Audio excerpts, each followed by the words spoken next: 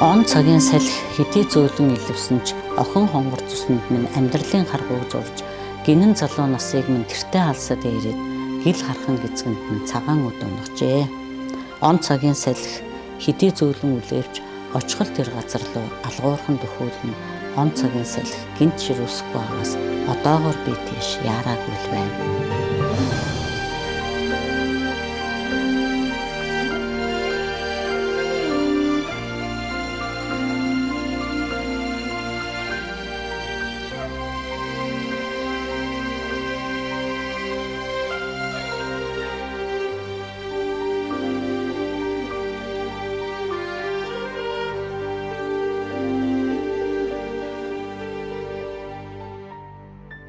Амьдралын хувцас нэвтрүүлгийн маань анхны дугаар эхэлж байна.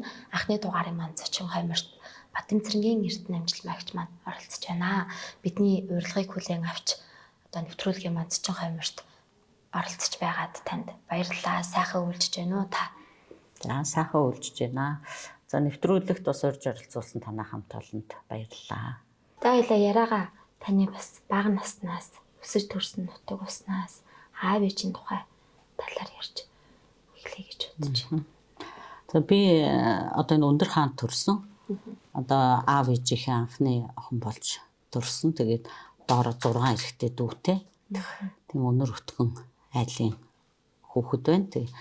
Тэгээ мэдээж намайг 6 нас хүртэл манайхын өндөр хаанд үлгэр жишээ баг сургууль гээд одоогийн Тэмүүжин сургууль биш үү? Энэ Тэмүүжин сургууль анх үлгэр жишээ баг сургууль нэртэй байгуулагдахад манай аав ээж хоёр анхны яг үүсгэн байгуулагч 7 багшийн хоёр нь манай аав ээж хоёр байсан байхгүй. Тэгээд энд ажиллаж байгаа 62 онд байгуулагдсан шүү дээ. Тэгээд би 63 онд төрсөн. Тэгээд намайг 6 настай байхад Бүрэн хааны модны үйлдвэрийн баг сургуулийн захирлаар аав маань томилогдож явсан. Тэгээд тэнд баг сургуультай учраас би 3 дугаар ангиа төгсөөд дадлын одоо 8 жилийн сургууль тэмдгийн хүүхдүүд явж сурдаг байсан байхгүй. Тэгээд 4 дугаар ангиас тэнд татсан. Тэгэхээр би чи одоо ер нь 4 дугаар ангиас эхлээд л ангаахын дээд сургууль төгслөөл одоо татвар байранд амьдарсан байгаа юм л да. Тэгээд би бас аав ээж хоёртой тэгдгийн хэрвээ би татвар байранд байгаагүйсэн бол одоо энэс мундаг хүн байх байсан, гэр орондоо байсан бол гэдэг байхгүй. Тэгээ бас нөгөө талаас нь бодоод үзэхээр багаасаа бас би дааж сурах тийм ээ. Одоо хүнтэй яаж харилцах вэ? Бие яаж олны дунд авч явах вэ гэдгийг сурсан тэр одоо юм маань бас их хэрэг болсон байхаа амьдралд гэж сүултээ бас бодож байгаа. Одоо өндөр хаанд төрсөн гэхээр яг танаа яг аав ээж төрөл уугуул дадлын хүмүүс байгаа шүү дээ тийм ээ. Тийм яг аав ээж хоёр маань аав ээж хоёрын аав ээж гэдээ ярих юм бол дандаа одоогийн Оросын холбооны улсаас орж ирсэн өвөө эмээ маань тэнд төрсэн хүмүүс байгаа байхгүй. Тэгээд дадал нутагт ирж сууршаад тэгээд аав ээж хоёр маань багшийн сургууль төгсгөөсөн. Тэгээд дадлынхаа сургуульд багшилж агаад тэгээд манай аав чинь бас их тийм авьяастай хүн байсан л да. Дуул одоо урлагийн авьяастай зурдаг, бичдэг одоо ер нь бүхэл их талын авьяастай хүн байсан. Тэгээд энэ гэгэрлийн хилтэс гэж тухайд байгаа. Гэгэрлийн хилцээний дарга дадалд очоод одоо өндөр хаан шинэ сургууль байгуулагдах гэж байгаа. Тэнд очиж ажил гэж аав ирсэн юм байл. Тэгээд аав ээж хоёр ирээдээ би энд төрсөн байхгүй. Энэ юу вэ ээжээ? Энэ яагаад ээжээ гэж инхри хонгор дуугаар шалгааж өссөн атлаа сургаал өгн яршигтай юм шиг сурагдаж асуухан ч төвөгтэй санагдаж 90 цент хүрсэн би ижи хүн болсон би мэднэ ээжээ би чаднаа ээжээ гэж бишгүүл таныгаа гомдоосон доо суун босон харуулдан сураг 50 хүлээх хижийнхээ гараас нь хөтлөн алхаж гангар гонгор хөөрөлдсөн бидөө үрдээ хаяахан гомдохдоо өөрийгөө зэмэлдэг ижийнхээ совдон хэлхээ нудамсыг нь сул битгий асгаарай. Ихийн гомдод үрдээ хүрдэггүй гэдэг эртний нэгэн үг байдаг ч сэмэрсэн сэтгэлээ тайтгаруулах гэсэн сайхан ижигээс л гарсан гэдгээ. Ихийн сэтгэл гэдэг сүүн замаар энхэн орчтон зөөлдөж туулахдаа газарт сүү шингэдэг гэдгийг ганцхан удаа цэгэнсэн бидөө. Өчигдөр би хүүхэд байсан. Өнөөдөр өөрөө үртэй боллоо. Маргааш л харин ижи болж магад таныгаа ойлгох үзээ.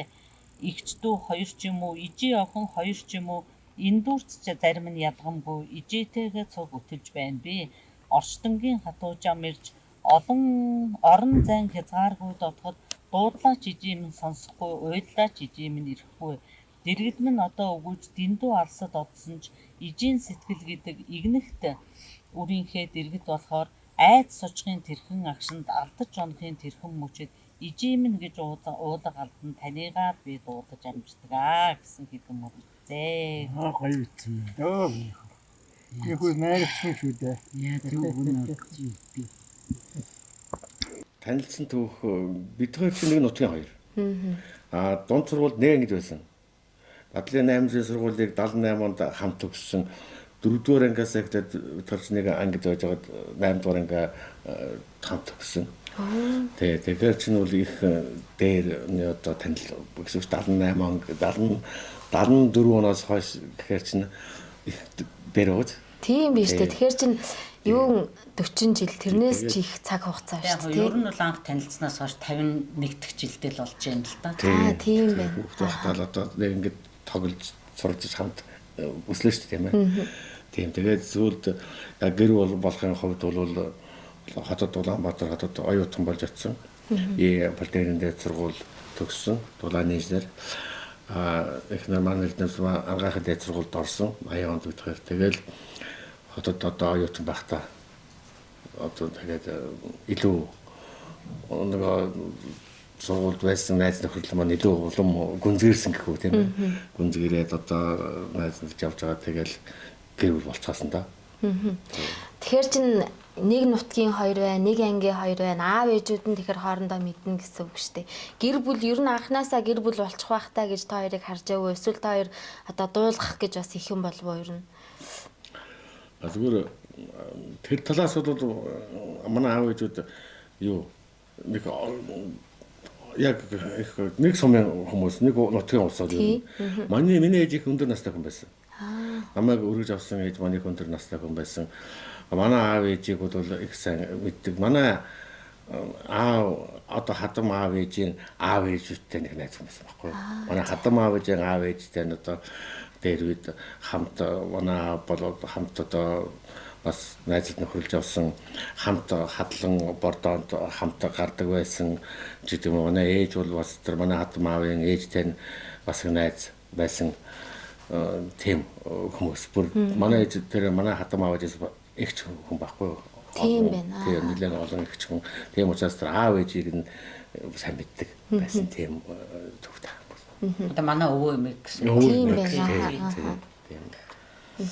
Таны Базрагийн ээж чинь болохоор одоо 6 хүүхэд төрүүлээд хүүхэд нь одоо янз бүрийн шалтгаанаар бүтээгүй ингээд хүүхэдгүй байсан байхгүй. Тэгээд нэг охин өргөж аваад тэр нь 20 гаруй настай болцсон байж явах үедээ 56 настай байхдаа базрааг өргөж авсан байгаа байхгүй. Тэгээд өөрийнхөө одоо их дүүгийнхээ охиноос одоо эдний ээж болохоор нах цэгчтэй өргүүлж байгаа гэсэн үг байхгүй. Тийм байна. 6 сартай байхад нь өргөж авсан байгаа юм. Тэгээ 56 нас гэдэг чинь бас нэлээд настай тэгэлгүй яхав дээ тухайн үед. Тэгэхээр яг уу ээж надад ярьдаг байсан л да. Ер нь одоо 56 настай хүүхэд өргөж авсан. Аав нь болохоор 5 настай байхад нь бурхан болсон өргөж авсан. Тэгээд ээж тэгдэг байсан. Би одоо ингээд үдийн насанд хүүхэд өргөж авсан юм чи одоо энэнийхээ төлөөгээ хариуцлага хүлээж амьдрах хэвээр. Одоо хүүгээ сургуульд оруулна. Сургуульд орохоор 10 дугаар ангийн төгсгөн 10 төгсгөөр нь одоо дээд сургуульд оруулна, гэр бүлтэй болгоно гэл. Ингэж явсаар агаал одоо ингэж өндөр насалж энэ гэж ярьдаг байсан байхгүй юу. Тэгээд ээжийг 78 настай байхад битгаар гэр бүл болж ирсэн. Тэгээд битгаар ч хормоо хийсэн түүх их сонио. Хоёлоо оюутан байсан юм чинь 84 онд штэ. Тэгээд тэр үуч одоо Майн баяр гэж одоо дэлхийн хөдөлмөрчдийн эв санааны нэгдэл одоо 5 сарын нэгэн том баяр болдог байлаа штэ. Тэгээ хормын ордон дээр хоёлаа очиод 5 сарын нэгэнд юу яа гээд хормоо хийн гэж бүртгүүлээ гэдэг байхгүй. Тэснэ 5 сарын нэгний очор дууссан гэдгийг. Тэгээ хоёлаа хормын ордны вестибюлд суугаад хичээлийн хуваараа харж агаад хоёлаа хоёлынгийнхаа хичээлийн хуваарийг гайгүй одоо нийцгээр наа. Тий 4 сарын 28-нд гээд бүртгүүлчихдэг байхгүй. Тэгээд манай хөгшин аавын чингэлтэд үйдэг байсан. Тэгээ очиж хоёлаа одоо хэллээ. Базраач гэр орон руугаа захаа занаа битсэн баглаа. Одоо нэг хөрөм хийлээ гэдэг. Тэгсэн чи хөгшин аав маань одоо загнана гэх юм уу? Одоо зэмлжилт араа штэ мэдээж яасан дураараа хүүхдүүд тана. Юуны чинь одоо юу наадах чинь амьд дарлын асуудал гэж байгаа байхгүй. Амьд дарлын юу? Амьд дарлын гэж бүр ингэ салгаж хийж байгаа асуудал. Та хоёрын шиг ямар Улаанбаатараас өндөр хаан онгоцоор нисэх гэж байгаа биш миш гэдэл. Тэгээ хүнд үзүүлсэн чи бас тэр өдөр нь жоохон таарах өдөр байна гэсэн гээд. Тэгэхээр бидгээр ямар солих арга байхгүй одоо ингээд бичүүлээд бүртгүүлсэн гээд. Хичээлийн хуваар таарад байгаа гэдэг өөр. Тэгээд 28-нда юу яхаар болоод. Тэгээ би бас боддог байхгүй хэрвээ одоо ингээ хүүхдүүдээ бид нар тэгчвэл одоо бас л яасан дураараа ингэж байгаа бах та гэд. Тэгээ би саяхан бодож ирсэн би энэ талаар базраад ерөөсөө яриачгүй байгаа. Яасан гэхээр яагаад тийм зоригтой шийдвэрийг гаргасан бэ гэхээр би бол одоо айлд бэр болж очих гэж байгаа юм чинь би тэр одоо авах гэж байгаа айлынхаа л юуг дагна шүү дээ. Тэгэхээр базраа маань яг аав 5 настай байхад нь бурхан болцсон ээжтэйгээ хоёулаа амьдарч байсан болохоор одоо энэ гэрийн эзэн гол шийдвэрийг одоо өөрөө гаргадаг хүн байсан юм бэ. Тэгээд энэ базраагийн гаргасан шийдвэрийг үл ээж нэг өгдөггүй дагна. Одоо хүү маань л ингэж байгаа бол гэдэг утгаар яасан юм бэ да. Нэрээ яагаад бид нар одоо тэг дураараа байсан болоо гэд би бодсноос сая яг тийм явсан. Тэр үнэн үү? Тийм баг. Тийм. Би сая л тэгж бодчихлаа. Таныг тэгээд ээждээ за би 28-нд хурмаа хийлээш өгөх гэхэд бол зүгээр л ээж ах юм уу? Гот яг тэгээд хажаад хөө шийдчихэж гээл 28-нд ингээд ихнэр авахлаа. Тэгээд ингээд хормог хийх боллоо тэгээд хэлсэн тэгээд. Тэгээд бүх юма бэлдээд л дадлаас тавих гэж орж ирж байгаа юм чинь. Тэгээд хормын ордонд хормоо хийсэн бит хоёр.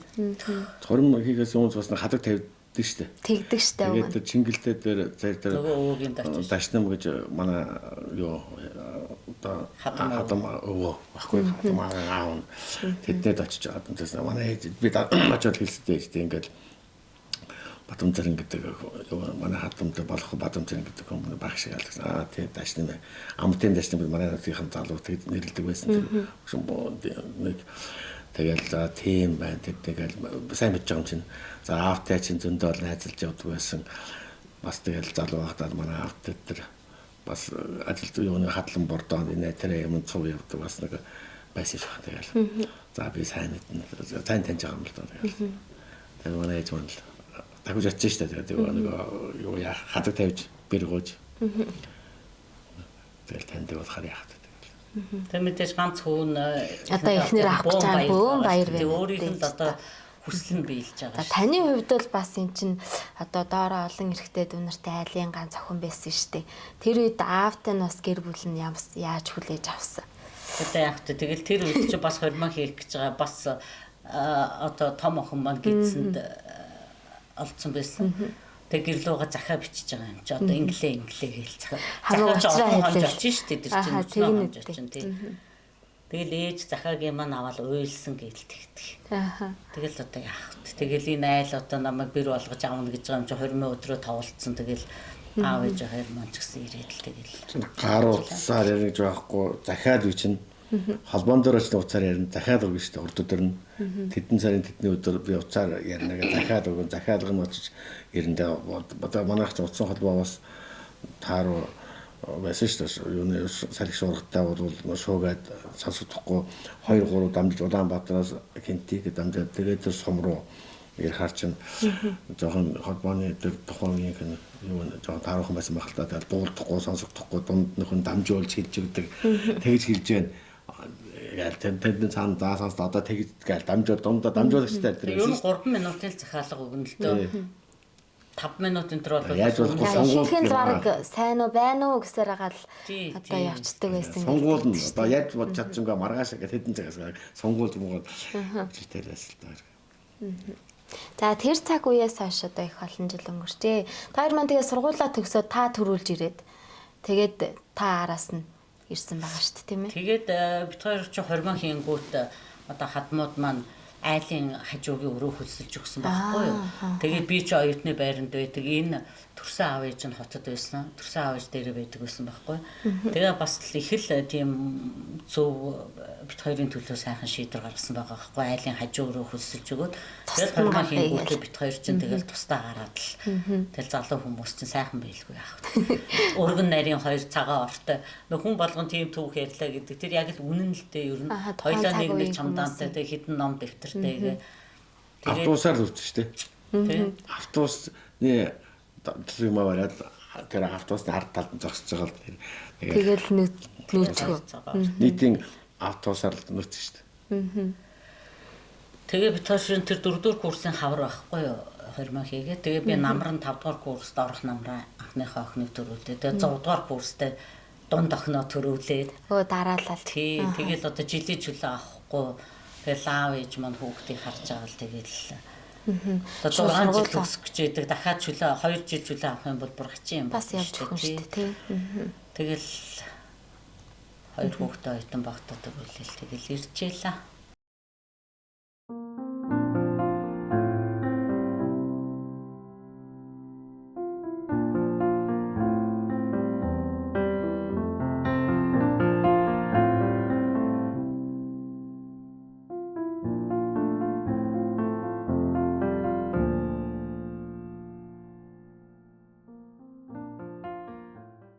Эмчийн мэрэгжил эзэмшиж бас хажуугаар нь 2 хүүхдээ гаргаад ингээд хаж амьдралаа залгуулад авч явж гин гэдэг бас их зөрөгтэй байна. Тухайн цаг хугацаанд та бас их тусалдаг байвуу ер нь одоо энэ чинь ялах бийтэй. Дээрээс нь бас оюутан байгаад идэг. Ямар тэр тухайн үед ер нь залуу хүмүүс ер нь амьдралыг юу гэж хүлээж авч ирсэн бэ? Ер нь Базраагийн хувьд бол үнэхээр хүүхэд харах тал дээр л өстой мундаг. Би энэ 3 хүүхдийг төрүүлээд шөнө ер нь босч үзээгүй байхгүй. Хүүхэд дугрангуут л Базраа босно. Тэгэл авал хуурайлж муурайлал ингээл өхөр би хөхүүлэх үүрэгтэй. Хөхүүлэх хоорондын жоохон дуг хийн штэ хүүхдээ хөхүүлж яхад. Тэгээ өөрөө тавьчих болно доо. Тэгэхэд чинь тэхгүй. Ингээл тэгэл сэрээгээл хүүхдээ тавиул. Тэгээ энэ чинь 5 дугаар 5 жил сураад төгсөж байгаа энэ инженерийн анги чинь дипломын ажил гэж маш том юм хийдэг байхгүй. Одооныхтой адилхан компьютер дээр зураг мураг зурна гэж байхгүй. Хичнээн олон ватам цаасан гэж холбоол нөгөө одоо тэр дулааны уурын зурхны одоо зураг төсөж зурж байгаа байхгүй. Тэгээ гэртээ энэ ширээ ингээд 4 хөлийн дээш нь харуулж тавиад дээр нь ийм том шил тавиад тэгээ шилэн дээр нөгөө ватам цаасаа тавиад тэгээ шүн нөгөө охиныгоо уйлахад өвөр дээрээ тавиад нөгөөдхөө зургаа хүүхдээ өвөр дээрээ тавиад сууж байгаа жишээ нь. За одоо миний хань битгаар одоо сургууль төгсж ирэл дөнгөж шин залуу мэрэгчлэнүүд энэ аймагт ажиллаж байла. Битгаар хоёулаа ер нь их тийм онцгой байгууллагт ажиллаж ирсэн билээ. Нийтийн аж ахуйн салбар гэдэг бол одоо энэ хотын ард иргэдийг яаж ая тухтай байлгах уу, орон гэрийн халуун дулаан байлгах, устай ундтай байлгах, хог шороогүй цэвэрхэн байлгах энэ ажлыг хариуцдаг гэсэн. Тухайн үед бас одоо хүний нөөцийн хувьд, санхүүгийн хувьд тухайн байгууллага бас их хүнд байсан үед ажиллаж байсан болохоор ер нь нойртой хонох шүн бараг байдаггүй байсан. Осол одоо тийм онцгой байдлууд их үүсдэг байсан л да. Тэгээд одоо 20 гаруй жилийн нийтийн аж ахуй буюу сүүлд одоо Хинтээ ус компани гэж нэрлэгдэх болтоор миний хань тэнд одоо механикаас эхлээд инженер, ерөнхий инженер байгууллагын дарга захирлыг хийж исэн. Тэгээд энэ байгууллагыг одоо байгууллагынхаа байрыг 2 давхар болгох, балансын тэнцвэржүүлж, өр авлаггүй болгох, хүний нөөц санхүүгийн хувьд бэхжүүлж одоо улсд одоо ажиллаараа тэргүүлсэн бас аймаг орон нутагта одоо хүлээн зөвшөөрөгдсөн ийм том аж ахуйн байгууллага болгоход оруулсан хувь нэмрээр нь би бас их бахархаж явд юм аа. Та чинь тэгээд төрүүлээд эндээ ирээд төвхөнцөн байсан байж тээ, тийм ээ? Тий. Аймагтаа ирээд Хичээл ажилдаа ороод би чинь бас яг нийт ахуулцдаг газарт ажилласан юуны улаалтын 100-нд механикчаас эхлээл. Тэгээд инженерүүд ч шууд инженер гэж тавьдгүй шүү дээ. Слесэр механик гэж одоо бүх ингэ шат дамжлагаар нь явуулаад засварын слесэр тэгээд механикч өөр халаалтын 100-нд механикч хийгээл тэгээд засварын инженер хийсэн. Тэгээд нэг жил ажиллаад ерөнхий инженер болсон. Ажилд орсон байсан л да. За аймагт чинь орон сууц бас тохоо үед их цөөхөн байсан шүү дээ. Бидний сургууль төгсөж бид 1985 онд сургуулаа төгсөж ирээд би нэг жилийн өмнө төгссөн болохоор Хэрдэн зорчиг бодолд бас нэг хэдэн сар амьдсан.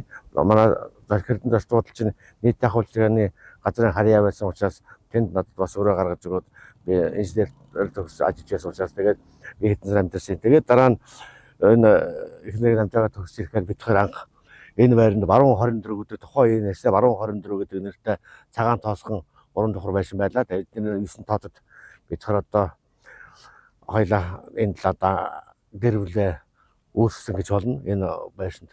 Энэ байшинд нэг бас хойд орчны 13 тод байж төр амьдсан.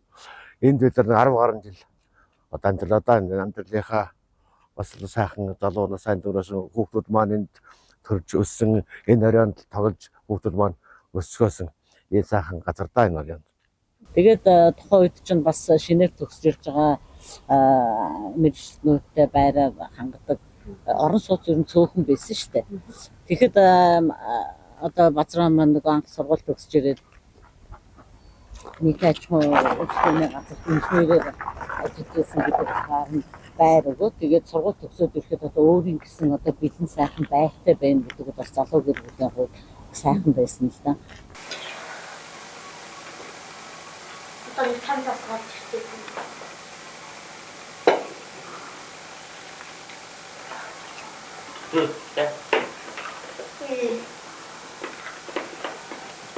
Чаама ямар их юм мэддэг юм бэ янз бүрийн. Юу аа.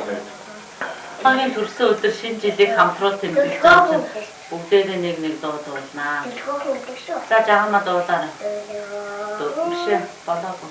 Сэрүү монниха осигэ аршаа шинэ бандсан бэхо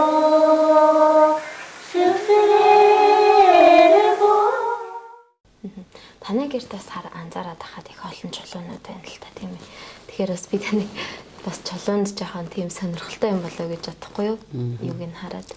Гэхдээ яг энэ чулууг одоо монголчууд чинь бас тийм бэлэгдлийн ард түмэн шүү дээ ер нь үл тэ. Чулууг одоо байрнаас нь хөдлөж болохгүй, нэг хөдөлсөн чулуу 3 жил нөгөө байраа олдгүй энэ төр гэдэл ярьдаг, муу байдаг гэлдэгдэг. Тэгээд яг энэ чулуунууд ямар учиртай вэ гэхээр одоо энэ дотор байгаа чулуунууд байгаль далайгаас авчирсан чулуу байгаа хгүй. Тэгээд би түрүүн хэлсэн ш нөгөө өвдөдсөн маань хойноос орж ирсэн. Тэгээд байгаль орчмоор нутгалдаг байсан хүмүүс гэдэг утгаар нь би энэ чулууг авчирсан. Тэгээд хүмүүс одоо ингээ байгалаас авчирсан чулуу гэдэг ингээд ярих. Миний одоо цаад нөгөө нэг бодол санаа нь одоо нэг чулуу 8 хийдэг одоо нөгөө чулуу ухаа зарлаа барьлаа гэдэг шүү дээ. Тэр утгаар нь биш одоо ингээд нөгөө одоо удам судраа ярих үр хүүхдтэй хэлэхэд хэрэгтэй гэж. Энэ дотор байгаа чулуунууд болохоор Хөвсгөл аймгаас манай нөхрийн Полин дэдэд хамт сурж байсан Батнасан гэдэг инженер байдаг байхгүй. Тэгээ бит хоёрыг Хөвсгөл очиход Батнасан нутгийнхаа чулуу гэд бэлгэлсэн. Тэгээд яг гэрт бас ингээд нэг агаар чийгшүүлэх хэрэгтэй учраас ингээд усан дотор байдаг. Тэдхэн хоноолын ус нь багасчдгийн тэгээ усын солидгийн. Таны гэрээр бас тийм сонирхолтой зүйлс олон байна л да. Жишээлбэл одоо тэр тэмдгүүдийн тухай гэхэд бол бас нэлийн тайлбарлал бас та юу хэлэх вэ? Ховор нандин зүйлс бас байгаа юу? Яг тэмдэгний цуглуулгал гэж хэлэх юм да. Одоо тэгээ яг жинхэнэ цуглуулагч нарын дэргэд бол бас учир дутагдaltaй л да. Гэхдээ нэлээд олон тэмдэг. Бид нар оюутан байхасаа л одоо Полин дээд гэсэн тэмдэг, Ангаах ухааны дээд сургууль гэсэн тэмдэг байсан гэх мэтчлэнгээс. Тэгээд ардын хувьсгалын 60 жилийн ойгоор би юу яжсэн нөгөө нэг одоо наадмын гимнастикчдын бүрэлдэхүүнд орж наадмын нээлтэн дээр одоо гимнастик хийжсэн байхгүй уран хөдөлгөөнд гимнастик гэдэг хийдэг гэсэн. Тэгэхэд бид нарт өгж байсан тэмдэг байх жишээний тэгэл ерөн цуглуулж эхэлсэн. Тэгээ янз бүрийн одоо аймагуудын сумдын одоо ойгоор гарсан тэмдэгч гэдэг юм уу юу байгаа. Тэгээ энэ тэмдэг дотор байгаа нь 2 хүндтэй одоо тэмдэг байгаа. Тэр нэг алтан гац одон байгаа байхгүй. Тэр алтан гац манай хадам ээж саалчин байсан гэж ярьж ирсэн шүү дээ тий. Тэгээ 1956 онд алтан гац одонгоор шагнагдсан. За тэгээ тэр нь одоо хуучин сүлдтэй Монголынхаа хуучин сүлдтэй алтан гац байгаа. Тэгээ ээжээ маань алтан гац ингээд. Тэгээ хүү бэр хоёр нь бас ээжээсээ хойш ямарч байсан алтан гацаас одонгоор шагнагдсан. Тэгээ одоо бид гурвын одон бол ингээд чандам нэрдэнэ гэдэг ингээ 3 болсон. Тэгээ бит хоёрын тавигдааг үл байгаа л та. Тэгээ нэг одоо ихийн алдарт ихийн 2 дугаар одон байгаа. Энэ болохоор нөгөө Базраа маань төрсөн ээжээсээ 8 уулаа гэжсэн шүү дээ. Тэгээ 5 дахь хүүхэд байхгүй. Тэгээд ээжийг бурхан болоход бас 5 дахь хүүхэд нь нөгөө 2 дугаар одонгийн хүүхэд гээд одонгийн Базраад хадгалуулсан байхгүй. Гэх мэтчлэн. Тэгээ одоо бидний сургууль төгсөж ирээд байх чи эд одоо нөгөө нэг социализмын бүтээн байгуулалт гэж одоо бид нар ч ажилтдаг байлаа шүү дээ. Тэгээ социалист хөдөлмөрт тэргүүлэгч залуу гэдэг базраагийн юу байж гэн. За 5 жилийн гавшгайчийн тэмдэгч гэдэг юм уу. Гих мэтчлэн ийм тэмдэгнүүд байгаа. Одоо 5 зэйтэй гэж байгаа. Ер нь зээнэрэн ч юм уу хараад та ер нь юу гэж хэлж ойлгуулдаг вэ? Тий яг хөө ер нь ингээд ийм дурсгалын тэмдгүүд байдгийн одоо медаль ийм учиртай нэхин алдарт ихийн одоо ийм учиртайг саяын тайлбаруудаа ер нь хилдэг л дээ эднэрт. Тэгээд тэр манайх гэртээ тэр нэг юуны хүндэтгэлийн булан гэдэг нэг юм хийсэн юм бэ. Тэгээд тэрийг одоо би одоо нүзэн нартаа тэгээд босоо заавал зээч гэхгүй залуучуудад овсон гарсан хүнд бас хэлдэг байхгүй юу. Тэгээ энэ дээр дэлхийн бөмбөрцөг, Монголын газрын зураг, төрийн дуулал, төрийн далбаа, одоо манай үндэсний бахархалт хайрхан бурхан халдуун. За одоо Чингисийн морьтой хөшөө байна. Одоо үндэсний бахархалт шувуу, цагаан шонхор. За тэгээд эскигэр саяын одоо хэлсэн нөгөө чулуу. За дөрвөн бэрх шагаа гээл одоо тэгээ Сэцэн хааны тамга байгаа. Бас тамганы гэр байгаа. Тэгээд тэр тамганы гэрийг би бас маань нөхөрч одоо Чингис хотын анхны захирагчаар бас хүмүүс итгэлийг хүлээж томилогдчихсэн. Тэрийг бэлгшээгээд тэрийг бас тавьсан. Тэгээд тулах тогоо гэх мэтчлэн тэгээд үндсэн хууль байна. Монголын нууц тавчаа байна. Тэгээд үндсэн хууль гэж ярьснаас хэлэхэд ер нь хүн бүхэн одоо энэ үндсэн хууль гэдэг юм аа нэг уншаасаа гэж боддог байхгүй. Үндсэн хуулийг уншихад одоо тэндээс хүмүүс маш их зүйлийг мэдэж авна. Үндсэн хуулиад хүн бүхэн уншаасаа гэж боддог юм. За та чи эмч мэрэгчлээ. Яагаад хоёр багшийн хүүхэд эмч мэрэгчлийг сонгохоор болсон бэ? Энэ талаар бас асуумаар байна л та. За би ер нь сургуульд байхдаа нэг дунд ангид байхдаа эмч болъё гэж боддог байсан. Тэгээд эмч болно гэд ярьдаг. Тэгээд аав маань намайг чи аим хай миний охин одоо эмч болж чадахгүй эмч чи айгүй хэцүү мэрэгжил шүү дээ. Эмч болоход хэцүү гэдэг байсан байхгүй. Тэгээд тухайн үед чинь бидний үучин мэрэгжил сонголт гэж ер нь цөөхөн л юм байлаа шүү дээ. Багш эмч одоо юу гэдгийг те жолооч тогооч гэдэг юм уу, цагдаач гэдэг юм уу.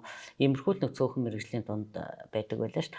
Тэгээд манайх нөө Бүрэн хааны модны үйлдвэр гээд тийм тосгонд амьдардаг байсан модны үйлдвэрт.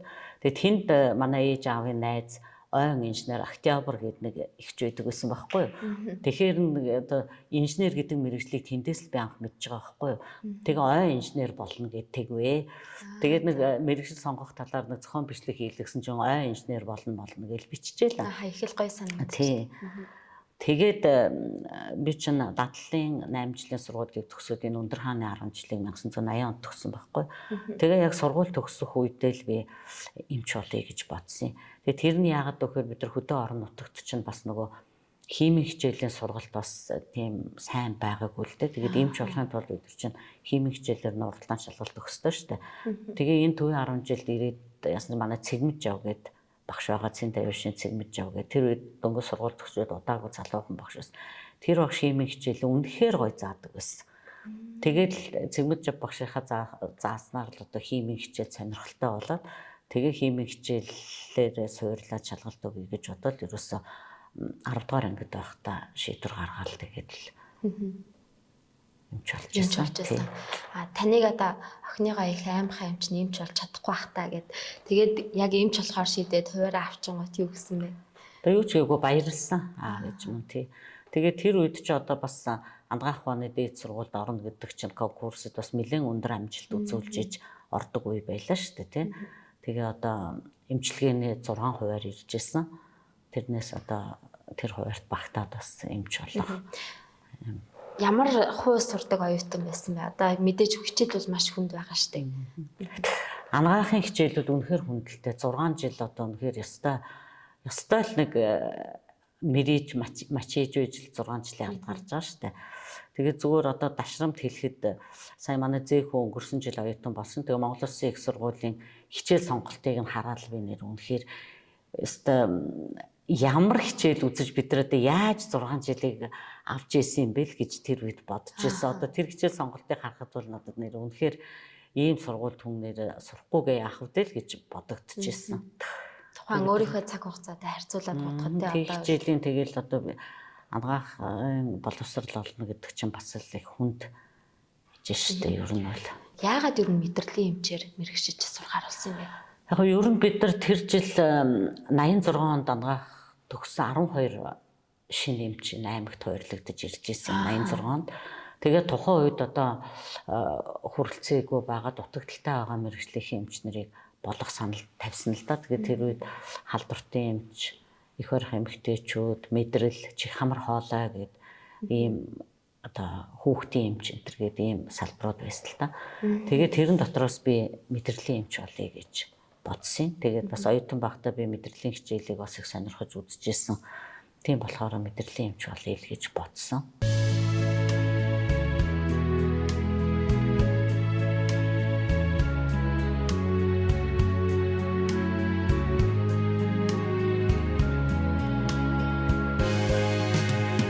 Амгалан нуурын хунгэмэр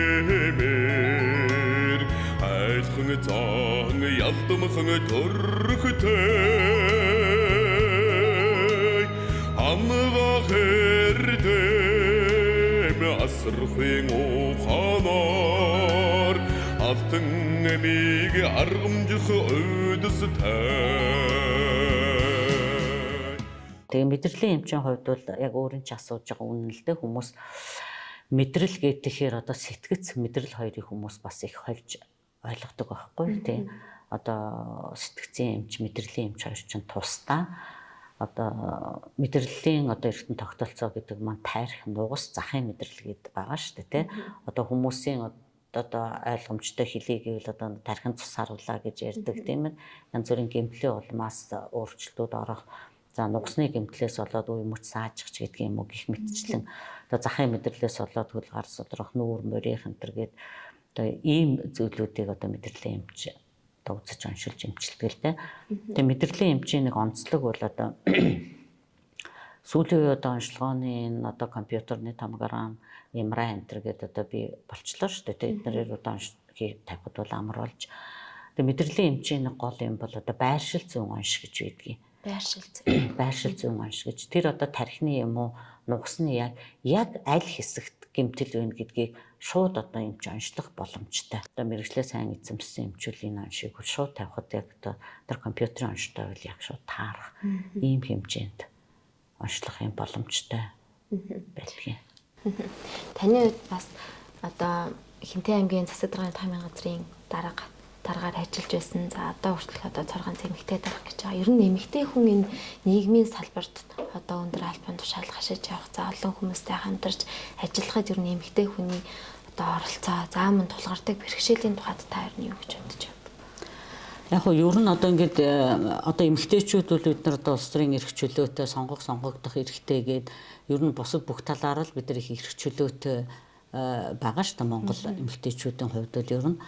Гэхдээ ер нь одоо шийдвэр гаргах төвшөнд ажиллах эмэгтэйчүүдийн тоог нэмэгдүүлнэ ингээл байнга ярьдаг. Бид нар ч одоо бас ажил алба хийж явахдаа энэ төрийн бас байгууллагын журмаар төрийн шугамарч гэлээ гэсэн иймэрхүү одоо нэр хаягтай сургалт юмд бол зөндөл хамрагдчихсан. Одоо эмэгтэйчүүдийн одоо нэртэй төрийн бас байгууллага гэхэд одоо хэдэн 100-аараа байгаа шүү дээ. Тэгэл энэ л юуны төлөө тэмцдэг. Ер нь бол гэтэл яагаад үр дүн гарахгүй юм гэвэл ерөөсөл эмэгтэйчүүдээс л болж байгаа гэж би боддог. Хүн амын маань одоо 50% нь эмэгтэйчүүд эзэлж байгаа. За нөө шийдвэр гаргах төвшин яриад ирэхээр одоо сонгуулийн асуудлыг зайлшгүй ярих хэрэгтэй болно. Тэгээ хүн амын 50% нь эмэгтэйчүүд байгаа юм чинь сонгогчдын мөн дийлэнх нь эмэгтэйчүүд байгаа. За эмэгтэйчүүд хариуцлагатай сонгуульд саналаа өгсөн сонгогчдын бас дийлэнх нь эмэгтэйчүүд байдаг. Тэгсэн мөртлөө яагаад эмэгтэй улс төрчид гарахгүй байгаа, эмэгтэй хүмүүс гарахгүй байгаа. Эмэгтэйчүүд эмэгтэй хүнтэй саналаа өгөхгүй л байгаа байхгүй юу? За тэгээд цахим орчин дээрээс харахад эмэгтэй хүнийг хэн муулж байна? Эмэгтэйчүүд л өөрсдөө муулж байгаа байхгүй юу? Тэгээд хахад одоо бид нар энэ олон сургалт хийгээд, энэ олон соён гэгэрүүлэх ажил хийгээд үр дүн гарахгүй байгаа нь ерөөсөө бид нар эмэгтэйчүүд л байгаа. Тэгээ яагаад одоо эмэгтэйчүүдийг ингэдэггүй, яагаад эмэгтэйчүүд дэше гарч болдгүй, шийдвэр гаргах төвшөнд байж болдгүй ингэж яриад байгаа боловч бид нар өөрсдөө өөрсдийгөө л дэмжихгүй байгаа хөө. Хэрвээ бид нар өөрсдөө дэмжиж явах юм бол энэ ямар ч төвшөнд хүрэх боломж байгаа. Тэгэхээр эмэгтэйчүүд өөрчлөгдөөгүй цагт энэ байдал бол өөрчлөгдөхгүй л гэж байна. Та жишээлбэл ер нь өдөр тутмынхаа амьдрал өглөө босоод дасгал хийдэг гэсэн шүү дээ. Ер нь өөртөө бас яаж энэ цаг хугацаагаа өдрийг өнгөрүүлж байна. Одоо хооллолтоос ахуулаад манай залуу бүсгүйчүүд бас таныг үзэх байх л та. Яг нь ер нь одоо тэгээд бас одоо би мэрэгжлийн хувьд ч гэсэн одоо ажлын туршлагын хувьд ч гэсэн одоо насны хувьд ч гэсэн бас хэрвээ би үзэж дуулсан сонссон зөв зүйтэй зүйл байдаг бол одоо бусдад түгээл гэж боддог л доо. Тэр би өөрөө одоо зохиогоод шин жор гаргаад шин юм гаргаад хэлж байгаа юм биш. Унсан судалсан одоо өөрөө үзэж дуулсан юм дээрээс ийм байх ёстой юм байна гэж бодсон зүйлүүдэл бусдад түгээлцэх юмсан хуваалцах юмсан гэж боддгийн. Тэгээ нөгөө хүн чинь мэдээж одоо хоолгүйгээр амьдрах боломж байхгүй шүү дээ. Эрүүл зөв хооллолт гэхээр л одоо хоолны дэглэм барина нэг өөр одоо нэг олдохгүй ховор юм идэх тухай ч юм уу бодож байгаа байхгүй хүмүүс. Тэгэхээр тийм биш л дээ. Тэгэл манай өвгөд чинь одоо хилцэн байгаа шүү дээ. Дунд идэж дулаан хэвтэр гэдэл одоо хилцэн байна. Зүгээр энийг хилээд өнгөрөх биш. Энийний утгыг л одоо бид нар олох хэрэгтэй болж байгаа байхгүй. Хоол гэдгийг бид нар хоол гэл ингээл идээд байхдаа биш. Бас л одоо энэ бодны сургаалт хэлсэн байгаа шүү дээ. Хоолыг им мэд хэрэглэхгүй л имийг хоол мэд хэрэглэх болно гэд хэлсэн. Тэгэхээр энэ хоол хүнс чинь одоо бидний бас эрүүл мэндийг дэмжих им шиг одоо зарим нэг одоо хоолоор эмчилдэг юмнууд байгаа шүү дээ. Төмөр дутагдвал илэг эдэнч гэдэг юм уу, А витаминынхаа хэрэгцээг лувангаар хангамж гэдэг юм уу. Одоо витамин С-ийн дутагдал байх юм бол одоо халгай, одоо гишүүн гэдэг юм уу, одоо чацарганч гэдэг юм уу витамин С-ийг аавна гэх мэтчлэн. Тэгэхээр хоолыг бид нар яг л им шиг тийм жороор гэдэг юм одоо тун хэмжээтэй хэрэглэнэ гэсэн үг байхгүй. Тэгээ нэгэнтээ хоолтоос болоод бид нар эмгэг өвчтөй болчих юм бол им уухгүй бид нар амьд явахгүй шүү дээ. Тэгэхээр хоол идэхгүй л амьд явахгүйтэй адилхан нөгөө эмээ хоол шиг иднэ л гэсэн үг. Одоо эмийг хоол шиг идж байгаа хүмүүс байгаа шүү дээ зөндөө. Мэргэжлийнхээ ажлаас гадна төр захиргааны ажил руу одоо сүүлийн нэлээд олон жилиг өнгөрөөсөн байгаа. Тэгэхээр яагаад эмчээс ингэж одоо захиргааны ажил руу бас орох болсон? Энэ бас таны хувь сонирхолд бас байв уу? За яг ер нь эмч гэж дуудуулах би дуртай л да. Миний одоо үндсэн мэрэгжин шүү дээ. Тэгээд одоо жишээлбэл эмч багш нарт нэг давуу тал байдаг гэж би боддгийн. Одоо өөрөө намайг сая одоо ингээд гавьяаны хамралтанд гаргаад хэдэн жил боллоо гэд. Одоо намжаагүй гэж дуудуулах нэг тийм эвгүй ч юм уу те. Тэгээд намжаа эмчээ гэд дуудуулаад сурцсан. Тэгээд эмч багш нарыг бол тэр багшаа энэ эмчээ гэд дууддаг бас сайхан санагддаг тий. Тэгээ бас эмч хүний бас нэг сайхан тал нь одоо сургууль төгсөөд өнгөц залуухан эмч ирж байхад одоо Ахмад манай эмнэлгийн одоо эм совилогч тусгай дунд мэрэгчлэнүүд гэл хүмүүс байна шүү дээ үйлчлэгээний ажилтнууд бүгдээрээ л эмчээ та гэлдэхэд анх та гэлдэхэд айгүй тийм эвгүй юм шиг санагддаг байсан байхгүй. Тэгээд чи бас хүндэтгэл байгаа юм. Тэгээд одоо тэгэл насан туршдаа л одоо намжаа эмчээгээд дуудуулаа явж байгаа. Тэгээд эмчээгээд дуудуулах нь хэр сайхан байна. Та ер нь төрийн яг жинхэнэ албар руу яг хизэнээс эхэлж ажиллаж ямар ажил албах хийж байсан юм бэ? Тэгээ би 2004 онд аймгийн засаг даргын тамгын газрын нийгмийн бодлогын хэлтсийн даргын орон тоон дээр сонгон шалгаруулалтанд ороод нийгмийн бодлогын хэлтсийн даргаар томилогдож ирсэн. Тэгээ хэдэн сар ажиллаад аймгийн засаг даргын тамгын газрын даргын сонгон шалгаруулалтанд орж тамгын даргаар ажилласан. Тэр 2009 онд би ч нөө эрүүл мэндийн газрын дарга тамгын газрын даргаар ажиллаж байгаад бас улс төрийн шалтгаанаар гэдэг юм уу да одоо ажлаасаа чөлөөлөгдөж байсан л да одоо сонгуулийн үр дүнгээр гэсэн үг л дээ. Тэгээд тэр нь яг хуу одоо ч гэсэн одоо энэ төрийн албан хаагчдыг одоо энэ улс төрийн шалтгаанаар ажлаас нь халах, солих, өөрчлөх ийм юмнууд бол явагдаад л байна л да одоо тэгээд тэр чинь өмнө нь ч гэсэн одоо байж л байсан юм байгаа юм. Тэгээд яг хуу төрийн алба улс төрийн албан тушаал тэрийг одоо хольж бодохгүй төрийн албыг улс төрөөс ангид байлгана гэд хуулинд ер нь өөрчлөлтүүд ордог боловч тэр нь бас тодорхой яг амьдрал дээр хэрэгждэггүй юм. Тэгээ яг хуу одоо хүн өөрийнхөө үзэл бодлын хувьд одоо тодорхой нэг улс төрийн хүчнийг одоо дэмжих ч юм уу одоо тэр улс төрийн намд харьяалагдах ч юм уу тийм байснараа одоо сонгуулийн үр дүн өөрчлөгдөх тохиолдолд бас ажлаас халагдах юм юмнууд бол гардаг л байсан л да.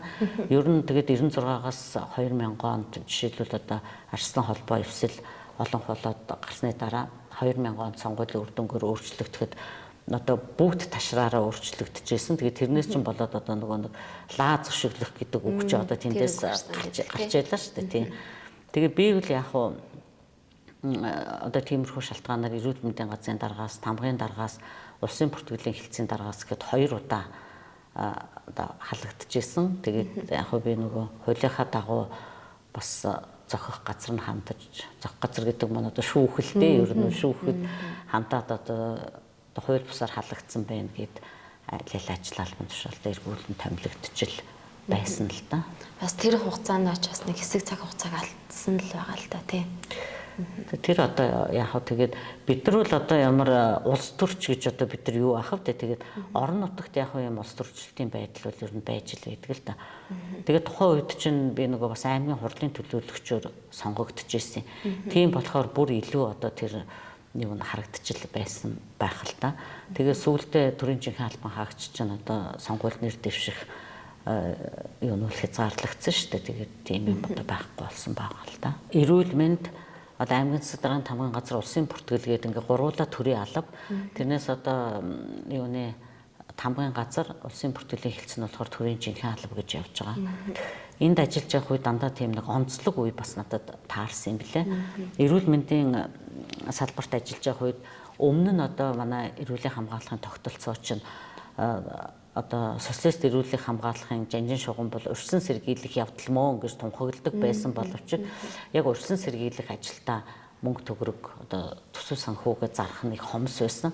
Ер нь 3 дахь өдөр хийгддэг эмнэлэг гэгэрлийн ажлаар хязгаарлагддаг байсан гэд хэлүүл ер нь хэлсдэхгүй.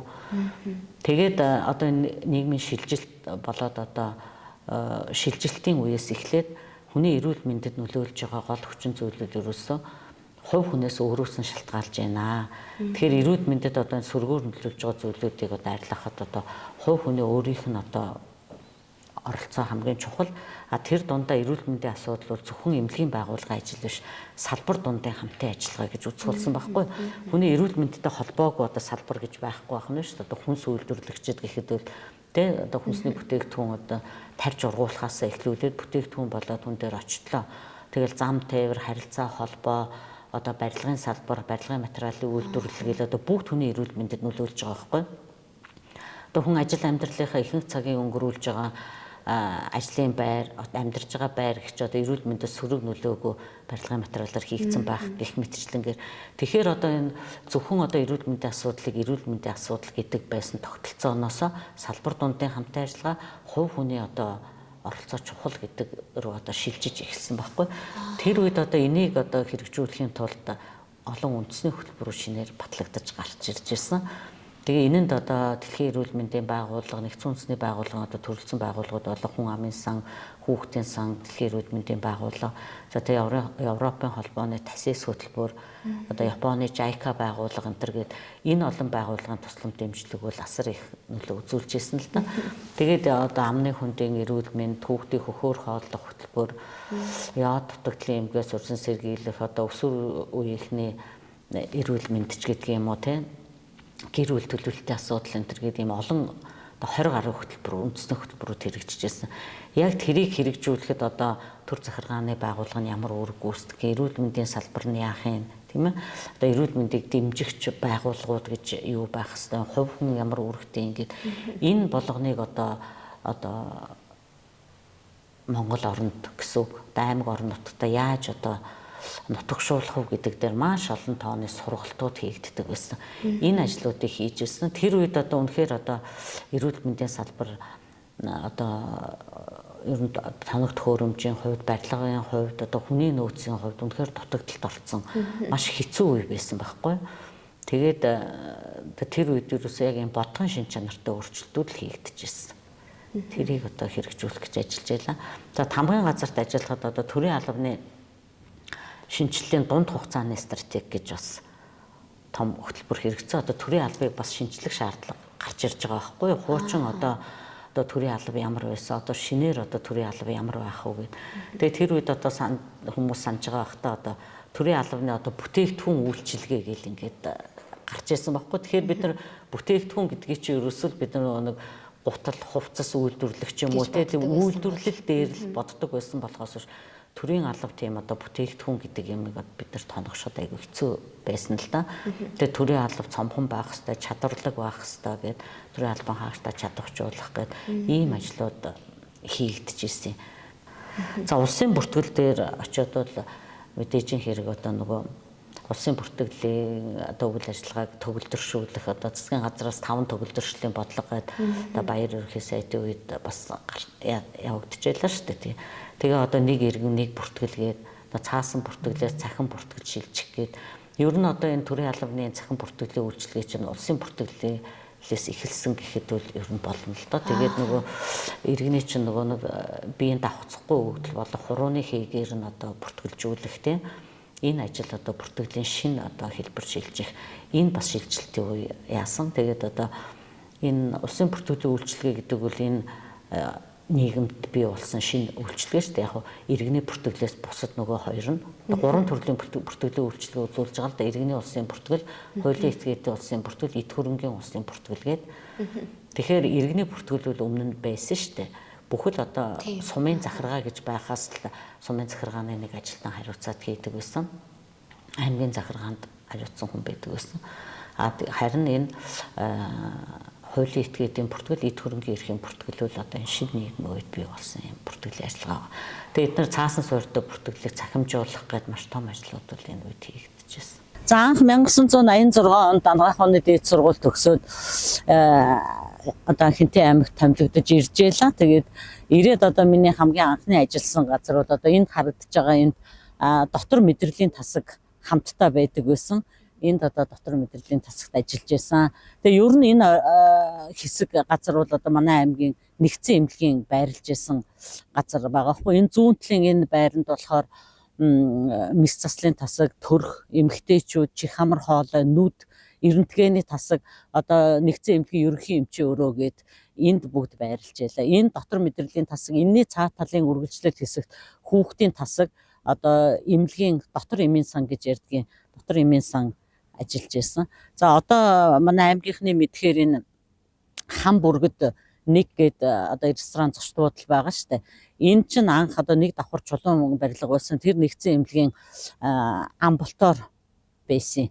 Тэнд одоо бас бид нар үйл ажиллагаагаа явуулдаг байсан. Тэгээ би бас боддгийн энэ одоо яг энэ урд харагдаж байгаа энэ хэсэг дээр хуучин нэгдсэн эмнэлгийн төрх тасаг байсан юм байна лээ. Тэгээд тэнд би өөрөө ихээс мэндэлж байсан.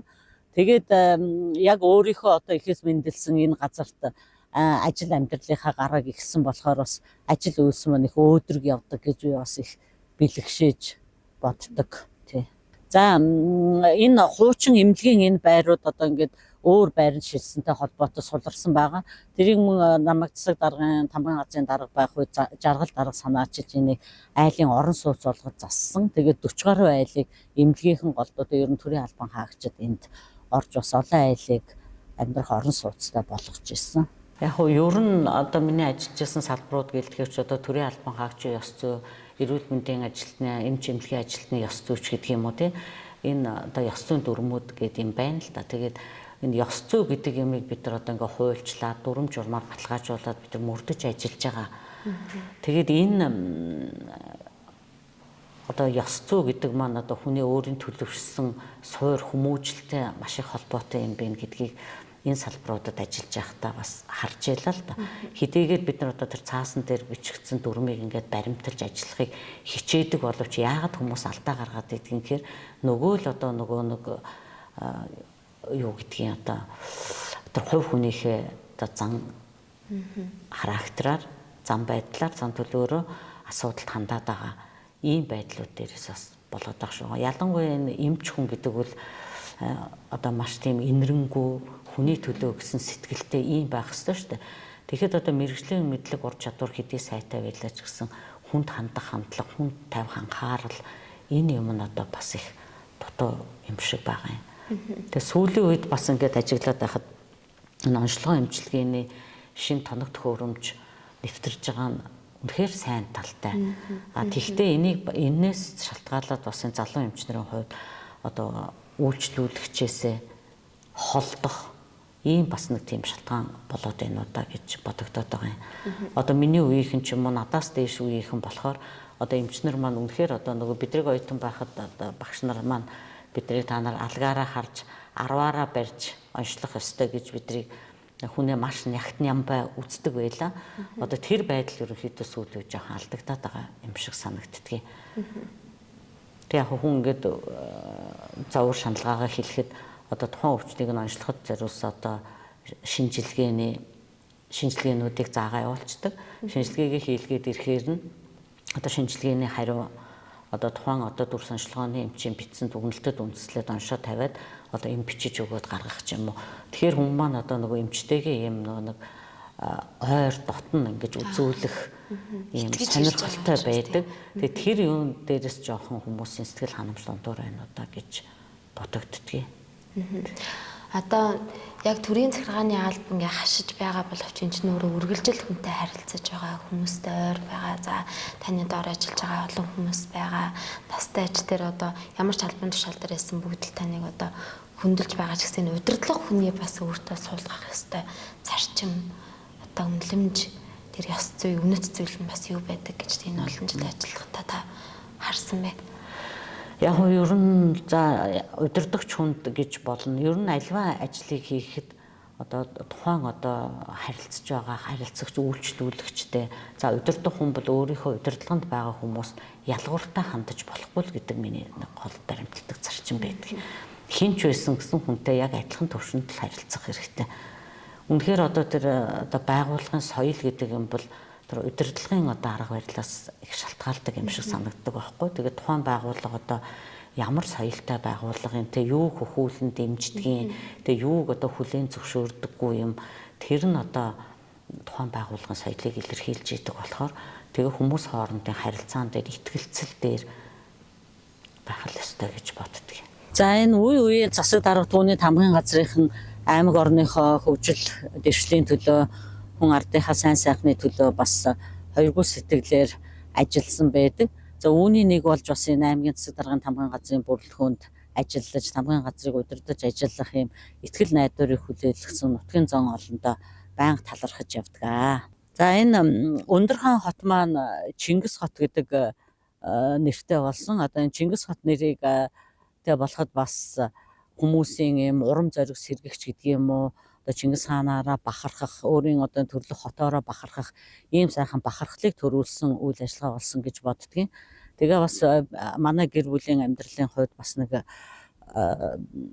тохиолдсон үйл явдал гэвэл Чингис хотын анхны захирагчаар миний хань Нямын Базар хаанд одоо томилогдож ажилласан. Тэгээ мөн л одоо энэ хотын захирагчийн хүндтэй үүргийг олгосон итгэл хүлээлгсэн нутгийн зон олондоо бас их баярлж явдаг юм аа. За тухайн үед бас 2008 онд Их Монгол улс байгуулагдсны 800 жилийн тохиож ирсэн. За энэтэй холбогдуулаад энэ урд харагдаж байгаа Чингис хааны морьтой хөшөөг одоо соёлын гоёо цэцгэлтэн Нанзад орж гэж хүн бүтээсэн байгаа. За энэнийг хийлгэхэд бас мөнгө төгрөгийн хувьд асуудалтай байсан учраас жаргал дарга маань хуваараа зээл хөөцөлдөж эхний ээлжинд хөшөөгөө босгоод дараа нь одоо мөнгө бас авч ирсэн юм түүх үйдгийн.